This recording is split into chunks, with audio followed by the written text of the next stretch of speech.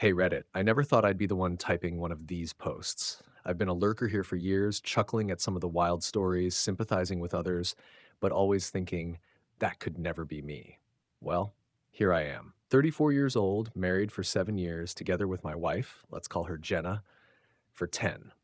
No kids, just our dog Max, and what I thought was a solid, if slightly weathered relationship. Jenna and I used to be that couple people described as goals. We traveled, we hosted game nights, we had inside jokes about everything. But over the last year or so, something shifted. I chalked it up to burnout. We were both working a lot. She started a new job. I was trying to launch a side business.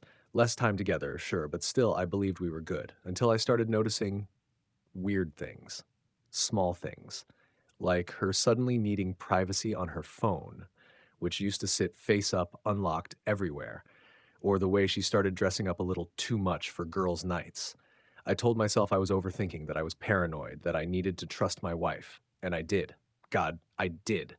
But that trust turned out to be a blindfold, and I was about to walk straight into traffic without even knowing it. It all started unraveling on a random Tuesday night.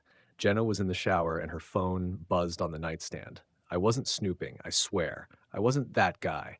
But the screen lit up and the preview caught my eye. It said, "Last night was perfect. Wish I could wake up next to you every morning."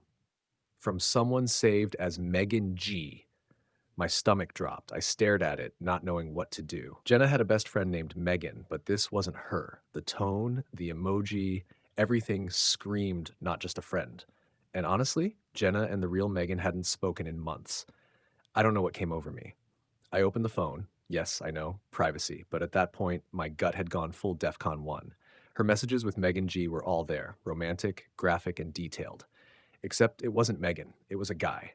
She changed his name in her contacts. I found nudes, hotel bookings, plans to go away together soon. She told him she loved him, loved him. I couldn't breathe. My whole body went cold. The woman I shared everything with, the person I thought would grow old with me, was sneaking around like a high schooler cheating on a quiz. It wasn't just physical, it was emotional, deep, long term. I sat there, phone in hand, heart pounding so hard I thought I'd pass out. Then I heard the water stop in the bathroom. She was coming out, and I had no idea what I was going to say. She came out of the bathroom in a towel, humming like nothing was wrong, like she hadn't just blown up our marriage 24 hours earlier. I was sitting on the edge of the bed, holding her phone in my hands. She saw me with it and froze. "What are you doing?" she asked, already defensive, already shifting into that "you're invading my privacy" tone. I didn't even raise my voice. I just looked her in the eye and said, "Who the hell is really Megan G?" She blinked. For a moment, just a flicker, I saw fear, guilt, but it vanished behind a smirk and a shrug that still makes me nauseous thinking about it. "You went through my phone?" she said, ignoring the question completely. Wow, that's a real invasion of trust. Trust. She was pulling the trust card on me. I stood up. "Don't gaslight me, Jenna. I read the messages, the nudes, the hotel bookings. I know it's not Megan. I know he's a guy. I know you've been cheating." Now her face changed. No more smirk, just cold, hard, like I was annoying her more than anything. She didn't deny it, didn't cry, didn't even look particularly sorry. She just wrapped her towel tighter and said, "Look, I didn't plan for it to happen. It just did. You've been distant for months. I was lonely." That was her excuse. I laughed. I actually laughed, that awful, shocked kind of laugh you do when reality turns into a nightmare and you can't quite believe you're awake. "You were lonely, so you banged a guy and saved him as Megan?" Her response? "I had to be discreet. You'd freak out." Like, I'm the crazy one. I asked how long it had been going on. She said, off and on for maybe 6 months. Like it was no big deal. Like she was talking about a diet she tried and gave up on. I asked if she loved him. She said, "It's complicated." Complicated. She then had the audacity to say, "Maybe this is what we needed, to shake things up. Maybe now we can be honest with each other." I walked out of the room before I said something I'd regret. I went downstairs, sat on the couch, and just stared at the wall. Max, our dog, came over and put his head on my knee. He knew. Dogs know. I didn't even blink. Just sat there in a fog of disbelief, rage, heartbreak, and a crushing sense of betrayal. And the worst part, that wasn't even the end of it. The next morning, I called in sick to work. No way I was going to function like a normal human being after that. Jenna, on the other hand, acted like nothing happened. She made coffee, scrolled through her phone, even asked if I wanted eggs. I stared at her like she was speaking in tongues. I said, "You're seriously just going to pretend last night didn't happen?" She sighed like I was the one being dramatic. I already said I was sorry. What more do you want from me? Do you want me to grovel or something? No tears, no guilt, just annoyance. Like I'd caught her leaving the fridge open, not sleeping with another man for half a year. That's when I decided to dig, because something didn't feel right. 6 months? I didn't believe that timeline for a second. So I did what I never thought I'd do. I turned into a full on detective. I logged into our shared laptop, the one she used sometimes for work. I dug through the email app. Guess what? She never deleted anything. I found emails between her and this guy going back over a year. Hotel confirmations, Uber receipts, screenshots of Instagram DMs they forwarded to each other. And then I found another name. It wasn't just one guy. There was another man, Tyler, from the year before. Same pattern. Romantic messages, secret meetups. One email literally said, "Don't worry, my husband's clueless." That line made my blood boil. I slammed the laptop shut and had to step outside just to keep from screaming. She hadn't just made a mistake. This wasn't a one time thing. It was who she was: a liar, a serial cheater, a manipulator who got off on getting away with it. I felt stupid, humiliated, like my entire marriage had been a performance and I'd just been the clueless background character. She didn't love me. She loved what I provided: the house, the stability, the dog, the image. But behind my back, she was living a whole other life, and I had no idea who the hell I'd really married. That same day, while Jenna was out running errands, which now felt like code for God knows what, her iPad dinged in the kitchen. She had it linked to her phone, something I guess she forgot about. I didn't even plan to look, but when the screen lit up, I caught a preview of a message that stopped me in my tracks. "Did you tell him yet? I'm tired of sneaking around." From a contact saved as Bobby G. Not Megan, not Tyler, now Bobby. My stomach dropped again. I opened the message thread, and there it was, an entirely different guy. Recent messages, as in this week. They'd met up 2 days ago. And the worst part, he knew about me. He knew she was married. He was pressuring her to leave me. She was stringing him along with excuses like, "He's fragile right now, and I just need to wait for the right moment." The right moment? To blow up my life? This was the third guy, at least the third I knew of. And Jenna had the gall to act like I was the problem for going through her phone. I don't remember sitting down, but I ended up on the kitchen floor, iPad on my lap, head in my hands. I was shaking. Not from sadness this time, from rage. A pure, visceral kind of anger I've never felt in my life. It wasn't just cheating, it wasn't just lying. It was how easily, how casually she did it. Like she was ordering takeout behind my back, like I was a boring meal she'd grown tired of. And still, in all this, a part of me wanted to believe this could somehow be salvaged, that maybe she'd cry, beg, say something real that would explain all this chaos. But I was about to learn.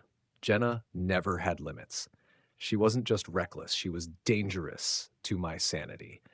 Because that night, she tried to turn everything on me. That night, I confronted her again, this time with everything: Bobby, the iPad messages, the email thread with Tyler, the hotel receipts going back a year. I laid it all out on the table and I didn't raise my voice once.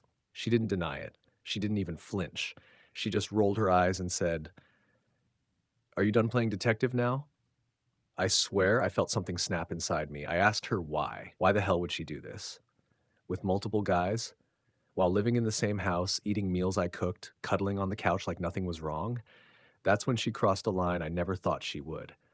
She looked me dead in the eye and said, "Because you're boring. You don't challenge me. You're always just there, safe, predictable. I need excitement. You stopped being exciting years ago." I stood there, jaw tight, heart pounding. I wanted to scream, to throw something, to make her feel even 1 ounce of the hurt she was pouring on me like it was casual conversation. But she wasn't done. She walked over, cool as anything, and said, "And if I'm being honest, I was going to leave you soon anyway." That's when the bomb dropped. She said she'd been looking at apartments, that she and Bobby had been talking about moving in together. She was just waiting for the right time to break it off with me, whatever the hell that means. She basically admitted she was using me until she had a new nest set up. I asked her why she hadn't just left instead of dragging me through months, years of lies. You know what she said? Because I didn't want to deal with your drama. My drama. Like I'm the bad guy for reacting to the nuclear level betrayal she detonated on our life. That night, I didn't sleep. Again, I laid awake in the guest room, staring at the ceiling, listening to her in the master bedroom watching Netflix like she didn't just murder a marriage. I felt like I was losing my mind. And I knew one thing for sure: this wasn't salvageable. She didn't want to fix anything. She wanted out. She just hadn't told me yet. So I made a quiet little plan. That night in the guest room, I realized there was no fixing this. Jenna wasn't sorry. She wasn't remorseful. She was done. She'd just been keeping me around like a placeholder until Bobby's lease ended or something. So I decided I wasn't going to give her the satisfaction of watching me fall apart. No dramatic fights, no begging, no emotional speeches. I was going to vanish from her life like she never saw it coming. The next day, while she was at yoga, which, let's be honest, could have been anything at this point, I backed up all my important documents, grabbed my birth certificate, passport, and the spare keys to my car. I called a buddy from college who lived a couple hours away and told him everything.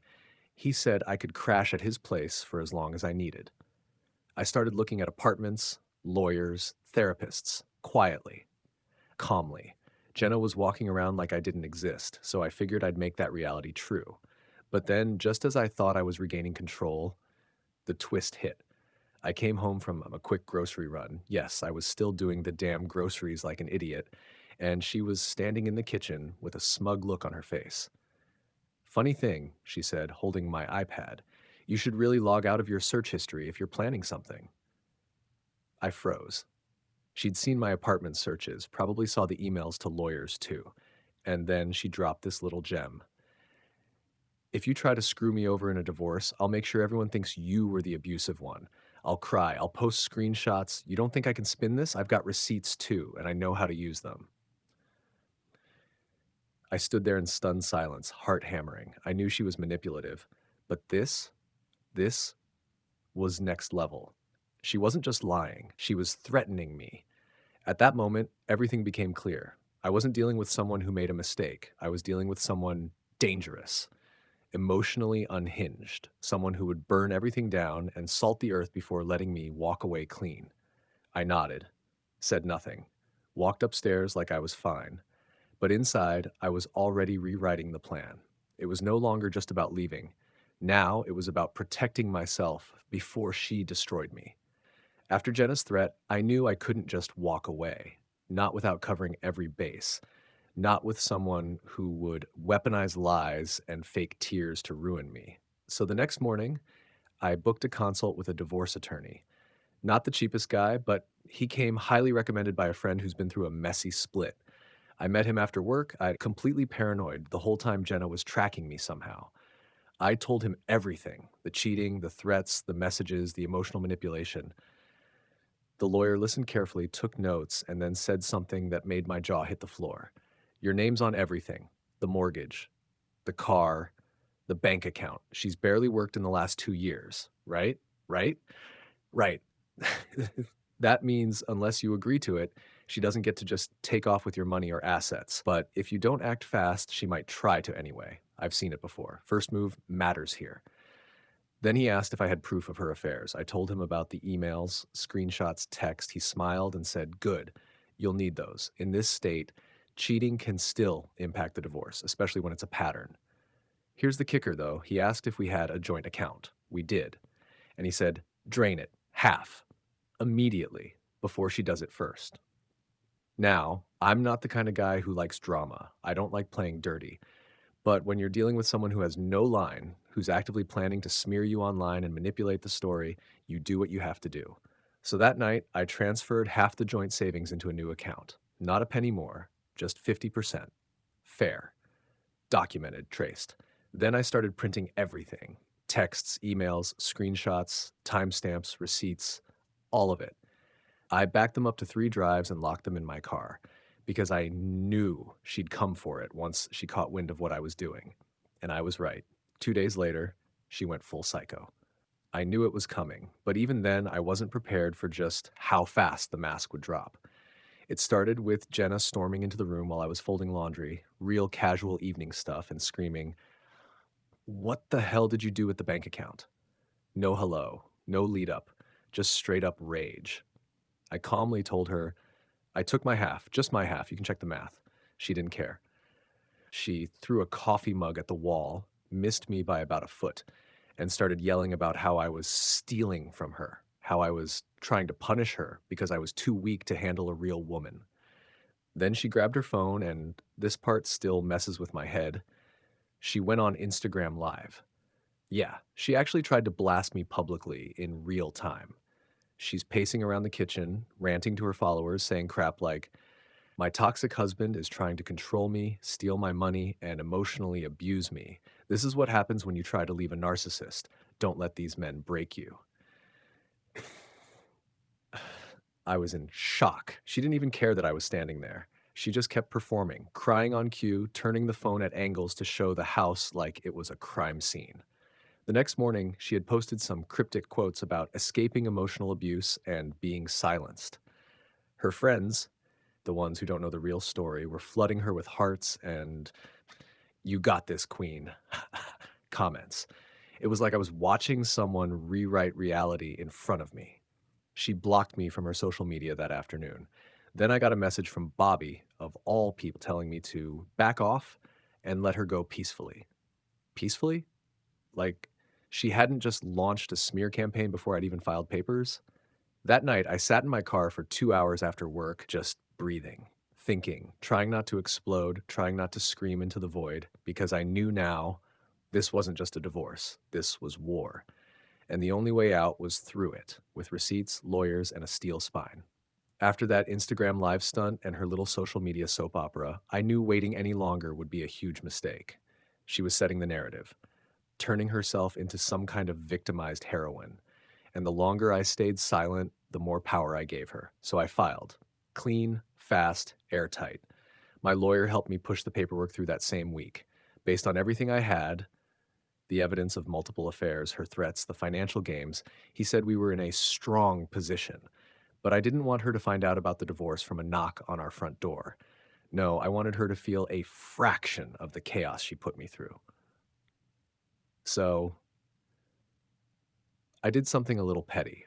I won't lie, she and her little friend group do brunch every Saturday at this bougie place downtown. The kind of place with $16 avocado toast and waiters who call you babe. Ironically, I knew she'd be there. I knew she'd be in full performance mode, laughing, clinking glasses, playing the confident I left him role. So I had her served there, right at the table, outside patio, broad daylight, full crowd.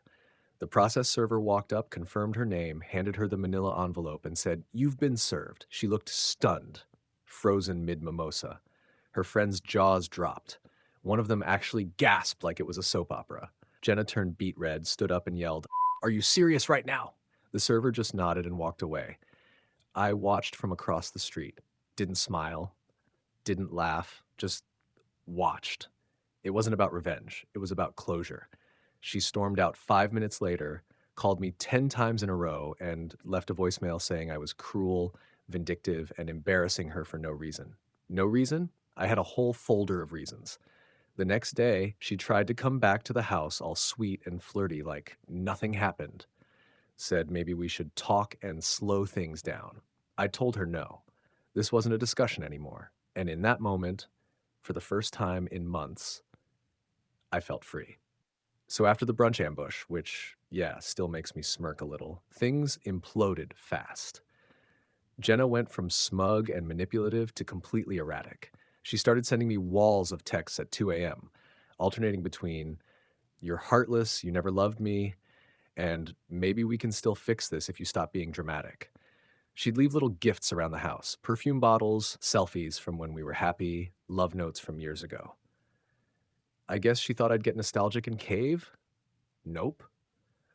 Then I got a message from one of her old friends, someone she used to party with before she went full Instagram influencer wannabe. The message said, "Hey, you don't know me well, but I figured you should know Jenna was seeing someone else too. Not just Bobby. She used to brag about it when she was drunk, said you were too boring to notice. Another name, another guy. At first, I thought it was a joke or a lie, but then this friend sent me screenshots, flirty texts, plans to meet up when I was on business, voice notes of her laughing about how easy it was to lie to me. 3 men, minimum. While I was making her coffee every morning, cleaning up her messes, carrying the emotional weight of our home, she was out there, collecting attention like trophies. And here's the worst part, she was telling them I was a controlling, broke loser. One of the guys thought she was divorced already. She told him I was some weird ex who wouldn't leave. The audacity. It wasn't just betrayal anymore, it was character assassination. She wasn't just cheating on me, she was building an alternate reality where I was the villain. But it backfired. Because one of the guys, he turned over everything to my lawyer once he found out the truth. He felt used, lied to, played just like I was, and it all went into the file. My case just got bulletproof. Jenna, meanwhile, was unraveling, fast, crying to her family, playing the victim, trying to do damage control with friends who were finally starting to ask questions. She looked like someone who just realized the game was over and she lost. But I was just getting started. The morning of the court hearing, I barely slept. Not because I was nervous, I was ready. I had all the documentation. My lawyer was prepped. We had everything.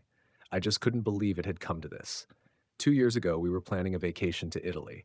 Now I was putting on a suit to fight my own wife in court. She showed up late, of course, wearing white, full makeup, red lipstick, fake tears on deck.